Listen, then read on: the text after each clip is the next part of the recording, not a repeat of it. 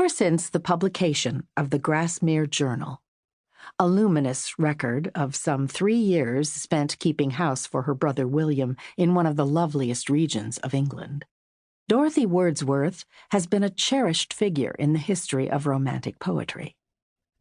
As a person separate from her famous brother, however, she's been notoriously difficult to assess.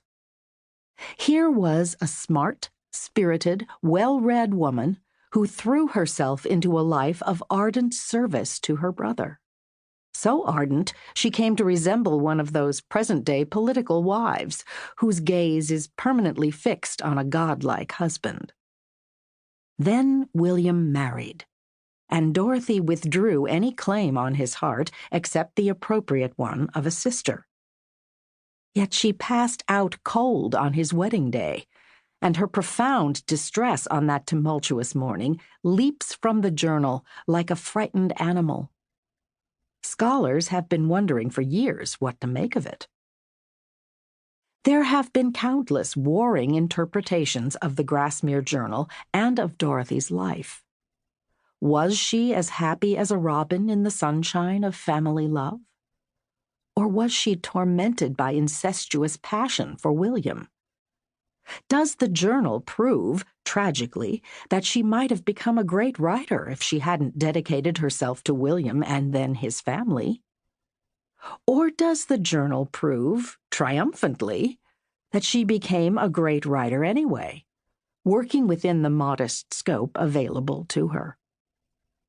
It's a murky life with an uncertain moral, but it's also a life that beautifully demonstrates the way food speaks up, even when a very private, very conflicted woman prefers to say nothing. As I noted in the introduction, it was Dorothy's encounter with a dinner of black pudding that prompted me to start my search for the food stories in women's lives.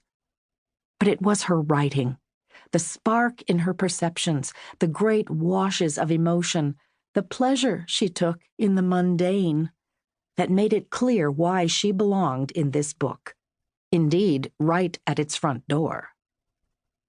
By virtue of her wide-open senses and a passion to record, she was creating a perfect context for the idea of culinary biography. To be sure, she kept a great deal of herself hidden, even when she was being effusive, and it's impossible to know how much of her own silent editing went into her journals and letters.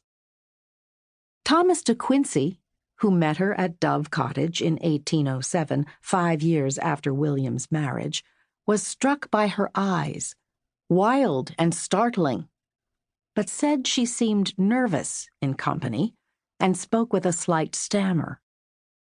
He attributed this to what he called self-conflict, an ongoing struggle between her instinctive intelligence and the sense of social propriety that quickly clamped down on it.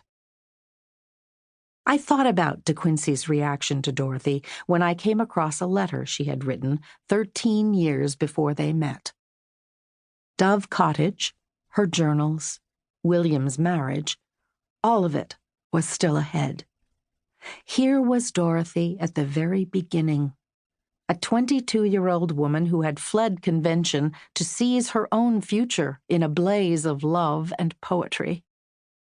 I've gone back to that letter many times in the course of pondering Dorothy and her well-kept secrets, and I'm introducing it now at the outset of her story, because I can't imagine a stammer in this prose.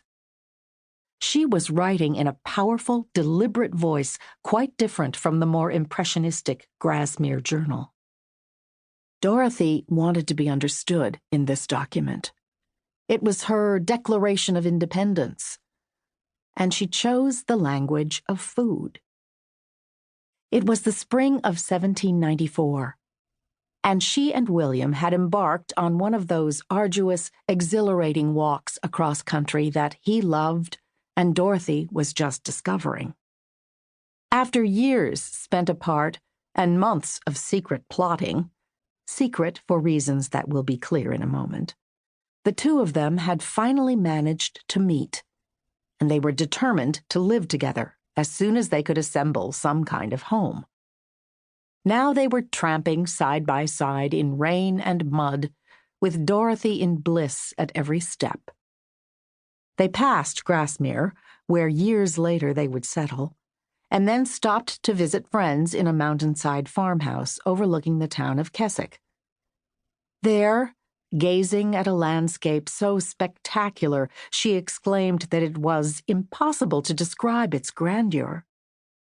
She received a letter from an aunt she particularly disliked, scolding her for rambling about the country on foot, in the face of dreadful but unmentionable risks.